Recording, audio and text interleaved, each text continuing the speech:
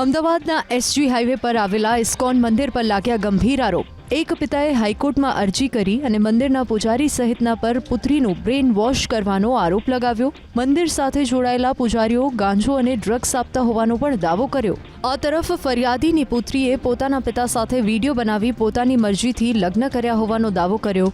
યુવતીનું કહેવું છે કે માતા પિતા મારા પ્રેમ લગ્ન સ્વીકારવા રાજી નથી, તેઓ મને મારતા હતા।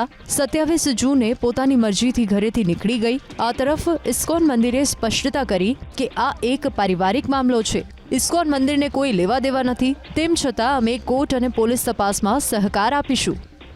હવે એના પપ્પાનો એવો આક્ષેપ છે કે યુવતી ઇસ્કોન મંદિરે જતી હતી, ધાર્મિક ભાવના ધરાવતી હતી, એટલે ત્યાં એની સોબત ત્યાંના જે હોય સેવાદાન કરનાર કે જે પણ એમની સંગતમાં આવી અને એમના કહેવાથી યુવતી નું એ લોકોએ 27/6/2024ના દિવસે યુવતીને બ્રેન વોશ કરી અને મથુરા ખાતે લઈ ગયા અને ત્યાં પછીથી જાણવા મળ્યું છે કે ત્યાં એને પરણાવી પણ દીધી। હવે એના પિતાજી કહે છે કે છોકરીને જે પરણાવીને એટલે જે બેબીને એ બ્રેન વોશ કરી અને ગાંજો જેવું પીવડાવી અને ખોટી રીતે એને પરણાવેલી છે।